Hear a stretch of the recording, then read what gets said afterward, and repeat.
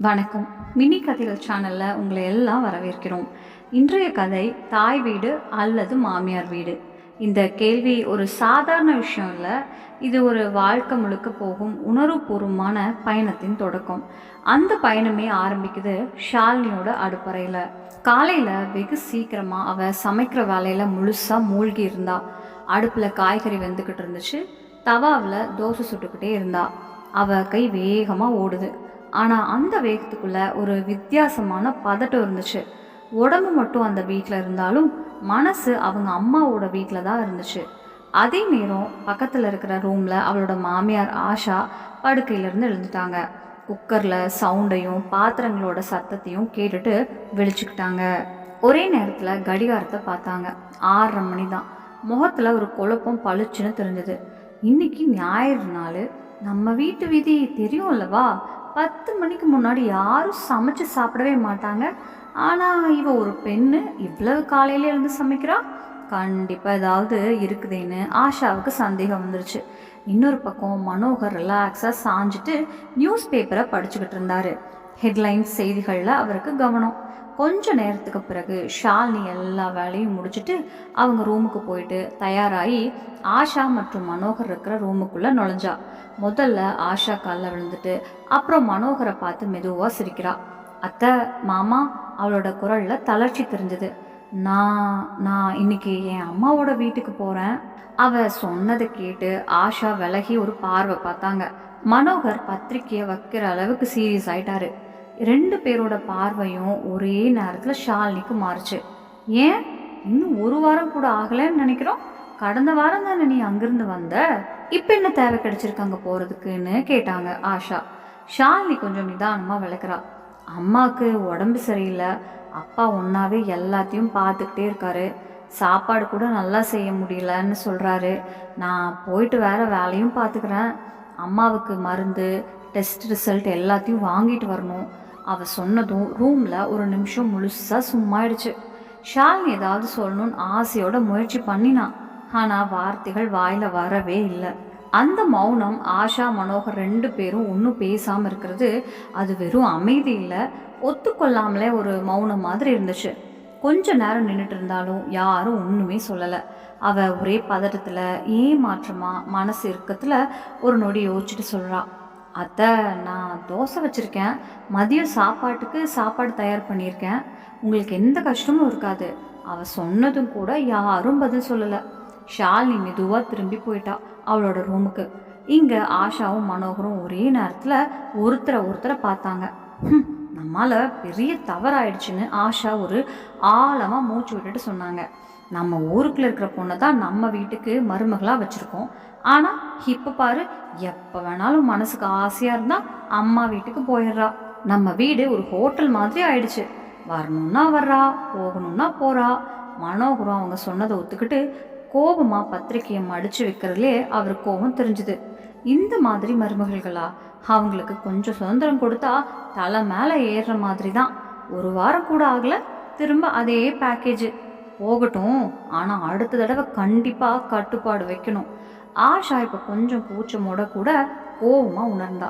நீங்கள் சொல்கிறது தான் சரி. அவங்க ஒரு கட்டுப்பாடு வேணும். இப்படியே நடந்துக்கிட்டே இருந்தால் அது எனக்கு பிடிக்கவே இல்லை. நம்ம வீட்டில் இப்படியெல்லாம் நடக்க முடியாது. இப்போது இவ மருமகளாக இல்லை, வந்துட்டு போகிற விருந்தாளி மாதிரி. 2 நாள் இங்கே, 3ஆவது நாள் அங்கே. மனோகர் மீண்டும் சொன்னார். நிக்கில் கூட ஒன்றும் சொல்ல மாட்டான். நிக்கில் எப்பவுமே அவளை எதிர்க்கவே மாட்டான். ஒரே காரணம், அவன் மனைவியோட முன்னாடி பேசுகிற தைரியம் இல்லை. ஒன்றும் இல்லை, அவன் அவளோட அடிமை போல தான் இருக்கான். அந்த நேரம் ஷாலினி அவளோட ரூமில் இருந்தாலும் அவளோட மனசோ அம்மா வீட்டிலே இருந்துச்சு. அவளோட கன்னத்தில் கண்ணீர் மெதுவாக வழிஞ்சுக்கிட்டு இருந்தது. எப்பவும் போல தான் அம்மா வீட்டுக்கு போகிற எண்ணமே இந்த வீட்டில் ஒரு பிரச்சனையாக மாறிடும் போல தான் இருக்குது. அவளோட ஒரே அண்ணன் இப்போது அமெரிக்காவில் இருக்கான். கடந்த வருடம் தான் அவனுடைய கம்பெனி அவனை 3 வருஷம் ஒப்பந்தத்துக்கு அங்கே அனுப்பியிருக்காங்க. அவன் இல்லாத காலத்தில் அம்மா அப்பாவை கவனிக்கிற பொறுப்பு ஷாலினிக்கு தான். எப்போதாவது அம்மாவுக்கு உடம்பு சரியில்லை இல்லாவிட்டாலும் அப்பா நான் எல்லாம் இருக்கும்போது யார் பாதுகாப்பான்னு ஷாலினி மனசுக்குள்ளே யோசிக்கிறா. கண்ணீரோட அவளோட துப்பட்டாவும் நனைஞ்சு போச்சு. ஆனாலும் அவன் தன்னை கட்டுக்கோப்பாக வச்சுக்கிட்டு பையை எடுத்தா. ஸ்கூட்டர் சாவியை எடுத்தா, கிளம்பிடுறா. நிகில் இன்னும் தூங்கிக்கிட்டே இருந்தான். ராத்திரியிலேயே ஷாலினி சொல்லியிருந்தா, நாளைக்கு நான் அம்மா வீட்டுக்கு போகிறேன். நிக்கில் அதுக்கு பதிலாக சுருக்கமாக சொன்னான், போயிட்டு வா, ஆனால் அத்தை மாமாவை நிம்மதியாக சமாளிக்கிற மாதிரி பேசிடு. நீ கொஞ்சம் சமமாக கவனமாக நடந்துக்கிட்டா எல்லாமே அமைதியாக போயிடும். நிக்கில் ஒரு உணர்வுபூர்வமான கணவர். அவளோட நோக்கம் தப்புன்னு தெரியாமல் இருக்கவே முடியாது. ஆனால் அவள் பக்கத்து அம்மா அப்பாவோட உணர்வுகளையும் புரிஞ்சுக்கிறவன். அவன் நினைப்பது ஷாலினி இரு வீட்டையும் சமநிலையாக கவனிச்சாதான் எல்லாரும் சந்தோஷமாக இருப்பாங்க. ஓ மை காட், என் அம்மா உடம்பு ஒன்றும் ஆகாமல் இருக்கணும், அப்பாவோட உடம்பு கொஞ்சம் மெலிஞ்சு போயிடுச்சு மாதிரி இருக்குது, எல்லாமே அவர் தான் பார்த்துக்கிறாருன்னு ஷாலினி உள்ளுக்குள்ள பிரார்த்திக்கிறா. அவளோட கண்களில் எப்பவும் மாதிரி சுருண்ட கண்ணீர் சத்தம் இல்லாமல் வலிக்கிறதா இருந்துச்சு. ஷாலினி அம்மா வீட்டுக்கு வந்து சேர்ந்தப்போ அம்மா படுக்கையில் படுத்துக்கிட்டு இருந்தா. முகம் வீக்கத்தோட, கண்ணுலேயே சோர்வு தெரியும். அப்பா சமையல் ரூம்லேருந்து வெளியே வந்து சொல்கிறாரு, ஷாலு, நீ வந்துட்டேன்னா ரொம்ப சந்தோஷமாக இருக்குது. பாரு, நான் பாசிப்பருப்பு அடை செஞ்சுருக்கேன். ஷாலினியோட அப்பா அவளோட வாயில் ஒரு துண்டை போட்டதும் ஷாலினி சந்தோஷமாக சிரிச்சுக்கிட்டே சொன்னான், ரொம்ப சூப்பராக இருக்குப்பா. அப்படியா, அப்போ நீ உட்காரு, நான் இன்னும் செய்கிறேன்னு அப்பா பாசமாக சொன்னார். அவள் சிரிச்சுக்கிட்டு அன்போட, ஐயோ அப்பா, எனக்கு தெரியாமல் இருக்குமா உங்கள் சோர்வு? இப்போது நான் வந்துட்டேனே, நீங்கள் ஓய்விடுங்க, எல்லாத்தையும் நான் பார்த்துக்கிறேன்னு சொல்லி பைய பக்கத்தில் வச்சுட்டு வேலைக்குள்ளே இறங்கிட்டா. பிரேக்ஃபாஸ்ட் முடிஞ்சதுக்கப்புறம் வீட்டோட நிலைமையை பார்த்தா பாத்திரங்கள் அழுக்கா ஒரே மூலையில் குவியலாக இருந்துச்சு. சில துணிகள் பால்கனியில் தொங்கிக்கிட்டு இருந்துச்சு. கொஞ்சம் வாஷிங் மிஷின்லேயே விழுந்து கிடந்தது. தரம் முழுக்க தூசு.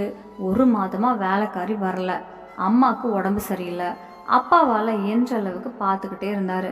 ஷாலினி முதல்ல வீடு சுத்தம் பண்ணா, பாத்திரம் கழுவுனா, துணி துவைச்சா, தரை முழுதும் தொடச்சா. வீடே பளிச்சுன்னு மாறி இருந்தது. அம்மா மருந்து பற்றி ஞாபகம் வந்ததும் அதுக்காக மருந்து கடைக்கு கிளம்பணும்னு தயாராகிறா. அதுக்கடையில் கதவு மணி அடிச்சுது. திறந்ததுமே நிக்கில், அவளோட கணவர். நீ ரொம்ப களைச்சு போயிட்ட போல தோணுச்சு, அதனால தான் நான் உனக்கு சின்ன உதவிக்கேனும் வரலான்னு நினச்சேன்னு அவன் மென்மையாக சொன்னான். ஷாலினி சொன்னா, நான் இப்போ தான் மருந்து வாங்க போகிறேன், ரிப்போர்ட் எடுக்கணும், அதெல்லாம் நீ வேண்டாம், நான் மருந்தும் ரிப்போர்ட்டும் வாங்கிட்டு வந்துடுறேன்னு நிக்கில் மெதுவாக சொல்லி உள்ளே வந்துட்டான். ஷாலினி அவளோட அம்மா அப்பா மூவரும் நிக்கிலோட அந்த அக்கறையையும் நன்றாக கவனிக்கிற உணர்வையும் ரசித்தாங்க. அம்மா அப்பாவிடம் நல்லா பேசினான், மருந்தும் வாங்கிட்டு வந்தான், ரிப்போர்ட்ஸும் நேரத்துக்குள்ளே கொண்டு வந்தான். இருவரும் சேர்ந்து வீட்டை நன்கு ஒழுங்குபடுத்தினாங்க. ஷாலினிக்கு நம்ம அம்மா வீடு பல நாட்கள் கழித்து மீண்டும் உயிர் உள்ளதாக உணர்ந்த மாதிரி தோணுச்சு.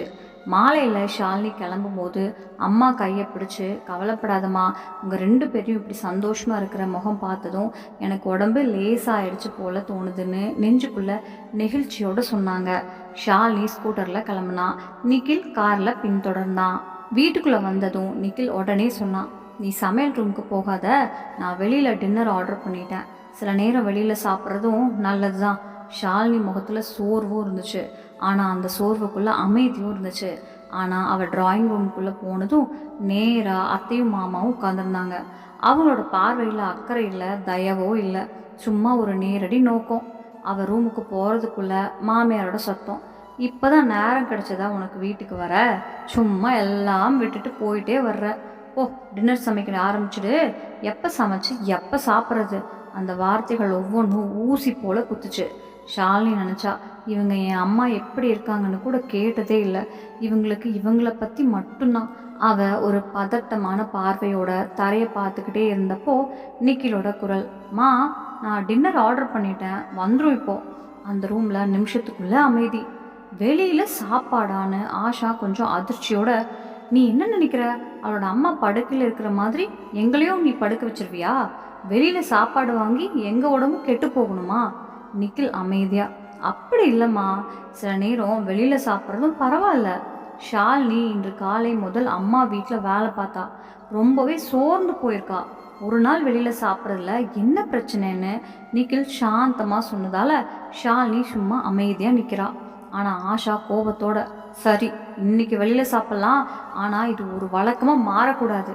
மனோகர் இதுவரை அமைதியாக இருந்தவர், பாரு நிக்கில், நீ உன் மனைவிக்காக வாதம் பண்ணுறதா எனக்கு தெரியும், ஆனால் இப்படி ஒவ்வொரு வாரமும் அம்மா வீட்டுக்கு போகிறதால இங்கே வீட்டு பொறுப்பு கவனிக்கிறதுல சரியான நேரம் இல்லாமல் போயிடுது. மருமகள்னா மாமியார் வீட்டு பொறுப்பு செய்கிறது தான் முக்கியம். சில மாதங்களுக்கு ஒரு தடவை, அதுவும் பண்டிகைக்கே போனால் தான் நல்லாயிருக்கும். ஆனால் இப்போ ஒவ்வொரு வாரமும் போகிறது. அதுக்கு ஷாலினி சொல்ல வரா, அப்பா இது நல்லதா கெட்டதா இல்லை, அம்மாவுக்கு உண்மையிலே உடம்பு சரியில்லை, அவருக்கு எங்களோட தேவை உண்மையிலே இருந்துச்சு. ஆஷா சற்று கூச்சமாக கடுமையாக பேசுகிறா. அப்போது உடம்பு வயசாயிடுச்சுன்னா எப்பவும் ஏதாவது பிரச்சனை வரும்.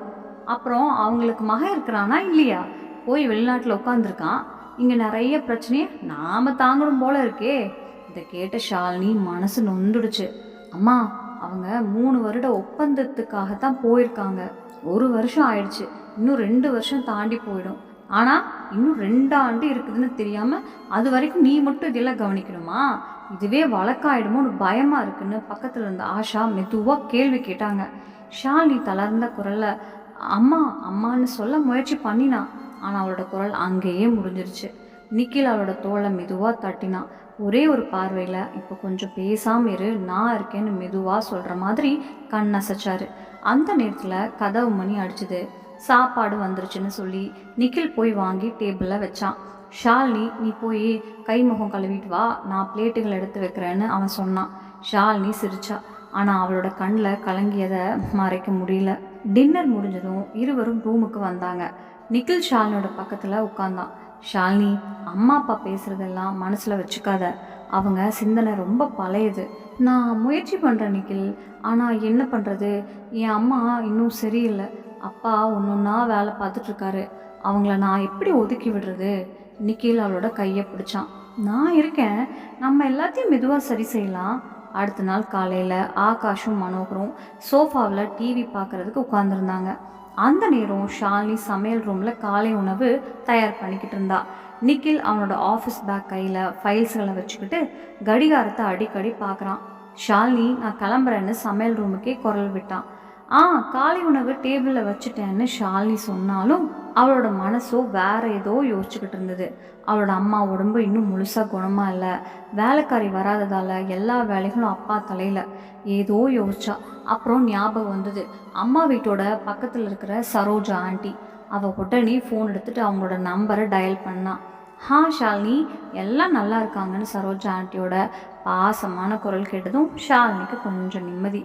ஆண்டி, அம்மா உடம்பை பார்க்குறதுக்காக யாராவது நம்பிக்கையோட வேலைக்காரி கிடைக்குமா? நீங்கள் யாரையாவது பார்த்து தரீங்களான்னு கேட்டா. நான் பார்த்துக்கிறேன், நீ கவலைப்படாதுன்னு சிரிச்சபடியே பதில் சொன்னாங்க. ஃபோனை வச்சதும் ஷாலினி பிரேக்ஃபாஸ்ட் டேபிளில் வச்சா. ஆஷாவும் மனோகரும் அமைதியாக சாப்பிட ஆரம்பித்தாங்க. அந்த அமைதிக்குள்ளே ஒரு நாள் பழைய கோபம் கலந்திருக்கும் வாசனை இருந்தாலும் ஷாலினி கவனம் செலுத்தலை. அவள் இன்னும் அவங்க வீடு யோசனையில் தான் இருந்தா. மதிய சாப்பாடு முடிஞ்சதுக்கப்புறம் ஷாலினி மார்க்கெட்டுக்கு போகிறதா நினச்சா. வீட்டில் காய்கறிகள் முடிஞ்சிருச்சு, வேறு சில சாமான்களும் தேவை. அவள் யோசிச்சா, நல்லா எல்லா வேலையும் ஒரே போக்கில் முடிச்சிடலாமே. மார்க்கெட்டில் கடைக்காரங்களோட சலுகை யாருக்கும் தரக்கூடாத அளவுக்கு பார்கெயின் பண்ணிக்கிட்டே ஷாலினி வேகமாக சாமான்கள் எல்லாம் வாங்கினான். காய்கறி கடைக்கு போகிறதுக்குள்ளே தான் சரோஜா ஆண்டி ஃபோன் பண்ணாங்க. ஷாலினி, நான் ஒரு வேலைக்காரியோட பேசிட்டேன், ரொம்ப நல்லா மனசோட வேலை பண்ணுவா, நம்பிக்கையோடு இருப்பா. நீ வந்து அவளுக்கு எல்லா வேலையும் காட்டி புரிய வச்சுடு. ஆண்டி, ரொம்ப ரொம்ப தேங்க்ஸ்ன்னு ஷாலினியோட குரல் ஒரு நிம்மதியோடு இருந்துச்சு. அவள் உடனே ஸ்கூட்டரை அம்மா வீட்டு பக்கம் திருப்பினான். மாமியார்களோட சொல்லணும்னா அதுக்காக 10 தடவை கேட்கணும், அதுவும் தெரியலையே போக விடுவாங்களான்னு. அதனால் நேரடியாக சொல்லலை. அவள் நிக்கிலுக்கு ஃபோன் பண்ணினான். நிக்கில், கொஞ்ச நேரத்துக்கு அம்மா வீட்டுக்கு போகிறேன், வேலைக்காரி வந்திருக்கா, நான் போய் பார்த்துட்டு வந்துடுறேன், அவளுக்கு வேலை சொல்லி கொடுக்கறதுக்காக தான். ஓகே ஷாலினி, பார்த்து போயிட்டு வான்னு நிக்கில் ரெகுலராக ஆதரவாக பதில் சொன்னான். அம்மா வீட்டுக்கு போன ஷாலினி அந்த புதிய வேலைக்காரி நீத்துவுக்கு சாப்பாடு, பாத்திரம், துணி எல்லாத்தையும் எப்படி செய்யணும்னு சொன்னான். நீத்து, அம்மா உடம்பு முடியாதவங்க, அதனால் சாப்பாடு காரம் இல்லாமல் லைட்டாக வையு, பாத்திரம் நாளுக்கு 2 முறையாக விளக்கிடு, ஆடைகளும் நேரமாக துவைச்சிரு. சரி அக்கா, எனக்கு எல்லாம் புரிஞ்சிச்சுன்னு நீத்து சிரிச்சா. அப்புறம் ஷாலினி அம்மா அப்பாவோட நீத்து சம்பளம், டைமிங் எல்லாம் முடிவு செஞ்சா. அதுக்கப்புறம் மீண்டும் மார்க்கெட்டுக்கே கிளம்பினான். காய்கறிகள் வாங்கும்போது மாலை நேரம் அப்படி வந்துருச்சு. வீட்டுக்கு போகிறதுக்கு ரோட்டில் போக்குவரத்து அதிகமாக இருந்ததால் அவளுக்கு கொஞ்சம் தாமதமாயிடுச்சு. இங்கே அதுக்கடையில் நிக்கில் ஆஃபீஸ்லேருந்து வீட்டுக்கு வந்திருந்தான். நிக்கில், இந்த ஷாலினி எங்கே போயிட்டா, இன்னும் வரல, ஃபோனும் அடிக்க மாட்டேங்குது, என்ன நடக்குதோன்னு ஆஷா சற்று முறைத்த குரலில் கேட்டாங்க. நிக்கில் ஃபோனில் பார்த்து, ஃபோன் சும்மா சுவிட்ச் ஆஃபாக இருக்கலாம், ஆனால் அவள் என்கிட்ட பேசினான், அம்மா வீட்டில் கொஞ்சம் வேலையாக இருக்குது, வந்துடுவா இன்னும் கொஞ்ச நேரத்தில், ஆனால் இங்கே நாங்கள் டீக்காக காத்துக்கிட்டு இருக்கோம். அவள் எப்போ வர்றாளோ இந்த நாடகம் தான் எப்போ முடியுமோ தெரியல. அந்த நேரத்தில் வாசல் கதவு திறக்குது. ஷாலினி உள்ளே வந்தா. கையில் காய்கறி பையில், முகத்தில் சோர்வு. ஏண்டி அம்மா மருமகளே, இங்கிருந்து காய்கறி வாங்க போகிறேன்னு சொல்லிட்டு அம்மா வீட்டுக்கு தானே போனேன்னு ஆஷா கேட்குறாங்க. அம்மா கொஞ்சம் வேலை இருந்துச்சு, அம்மா வீட்டுக்கு வேலைக்காரியை கண்டுபிடிச்சி அவளுக்கு வேலை சொல்லி கொடுக்கணும்னு போனேன். சரோஜா ஆண்டி தான் கண்டுபிடிச்சாங்க. இனிமே போக வேண்டிய தேவை இருக்காது. இந்த பதில் கேட்டதும் ஆஷா மனோகர் 2 பேரோட முகத்தில் ஒரு சமாதானம் வந்துச்சு. இதுதான் அவங்க எதிர்பார்த்ததாக இருந்துச்சு. ஆஷா மெல்ல தலையாட்டி, சரி நல்லதான் பண்ண, இப்போ எல்லாருக்கும் டீ போட்டு கொண்டு வா. ஆனால் காலையில் பாத்திரம் எல்லாம் கழுவாமல் இருக்கு, வேலைக்காரி இன்னும் வரல, அதையும் கழுவிடு. முழுசாக சோர்வோடு நின்றுட்டு இருந்த ஷாலினி எதுவும் எதிர்பார்க்காம சமையல் ரூம்க்கே நடந்து போனான். அவள் பக்கத்தில் நிக்கிலும் கை முகம் கழுவிட்டு சமையல் ரூம் வந்தான். நீ பாத்திரம் கழுவுற வரை நான் டீ போடுறேன்னு அவன் மெதுவாக சொல்லி கிச்சன்லேயே உதவ ஆரம்பித்தான். அப்படியே உன் பக்கத்தில் உட்காந்து டீ குடிக்கலாமே, டீ பாத்திரம் எடுத்துக்கிட்டு நிக்கில் சொன்னான். ஐயோ விடுங்க, நீங்கள் இப்போ தான் ஆஃபீஸ்லேருந்து வந்தீங்களே, டீ நான் போடுறேன்னு ஷாலினி சொன்னான். வேணாம், இன்னைக்கு டீ நான் தான் போட போகிறேன். ஆனால் பயப்படாத, சர்க்கரைக்கு பதிலாக உப்பு போட மாட்டேன். இருவரும் ஒரு மாதிரி சிரித்து கலக்கலன்னு சத்தமாக சிரித்தாங்க. மெல்ல மெல்ல நாட்கள் ஓடின. இப்போ ஷாலினியோட அம்மா உடம்பு கொஞ்சம் ஓகே ஆயிடுச்சு. அதனால ஷாலினிக்கு அம்மா வீட்டு கவலை கொஞ்சம் குறைஞ்சிருச்சு. அதே நேரம் மாமியார் வீட்லேயும் அமைதி திரும்ப ஆரம்பிச்சுது. ஆஷா மனோகர் 2 பேரும் இப்போது ஷாலினியால் ரொம்ப திருப்தியாக இருந்தாங்க. அந்த திருப்திக்கு காரணம் 10 நாளுக்கு மேலே ஷாலினி அவங்க அம்மா அப்பா வீட்டுக்கு போகலை. சும்மா வேலைக்காரி மாதிரி இரவு பகல்னு வேலையில் ஈடுபட்டுக்கிட்டே இருந்தா. இன்று ஞாயிறு. மதிய சாப்பாடு முடிஞ்சதும் ஷாலினி சமையல் ரூமில் சுத்தம் பண்ணிக்கிட்டு இருந்தா. ஒரு பழைய படம் ஒளிபரப்பாகிட்டு இருந்துச்சு. அந்த நேரத்தில் ஆஷாவுக்கு ஃபோன் வந்துச்சு. ஸ்க்ரீனில் சீமா, அவங்களோட மகளின் பெயர். சீமா நல்லா இருக்கியம்மா? ஆஷா சொல்லும் போதே குரலில் உற்சாகமாக இருந்துச்சு. சில நிமிஷம் ஃபோன் பேசுறதுக்கப்புறம் அவங்க முகம் சந்தோஷத்தில் பளிச்சுன்னு மின்னுச்சு. ஷாலினின்னு சமையல் ரூம்குள்ளே குரல் விட்டாங்க. சீமா தான் ஃபோன் பேசினா, அவங்க வீட்டுக்கு தான் வர்றாங்க பசங்களோட சேர்ந்து. ஒரு வாரம் இங்கே தங்க போகிறாங்க, அவங்களுக்காக ஸ்பெஷலாக சாப்பாடு தயாரிக்கணும். சரிம்மா, நான் இப்போவே ஆரம்பிச்சிடறேன்னு ஷாலினி பதில் சொன்னான். ஆமாம், சீமாவுக்கு மிக்ஸ்டு வச்சு ரொம்ப பிடிக்கும், அதை சொல்லாமலே செய்யணும். பசங்களுக்கு பன்னீர் செய்யணும், மேலும் ஒரு இனிப்பு பாயாசம் பண்ணி வைக்கணும். சரிம்மான்னு சொன்ன ஷாலினி உடனே பொருட்கள் எடுக்க ஆரம்பிச்சா. அவள் காய்கறிகள் வெட்ட போகும்போது அவளோட ஃபோன் ஒழிச்சுது. ஸ்க்ரீனில் அம்மா வீட்டுக்குள்ள நம்பர். அந்த கணமே அவளோட மனசு பிதுங்குச்சு. ஹலோ அம்மா, எல்லாம் சரியா இருக்கா? ஷாலினி, அம்மா குரல் பயத்தில் இருந்துச்சு. உன் அப்பாவோட இருமல் நிற்கவே இல்லை, நான் டாக்டருக்கு ஃபோன் பண்ணிட்டேன், அவங்க வீட்டுக்கே வர்றாங்க. அவளோட கைகள் திடீர்னு நடுங்குச்சு, முகம் வேத்துருச்சு. ஃபோன் கையில் இருந்தபடியே ஷாலினி சமையல் ரூம்லேருந்து வெளியே வந்தா.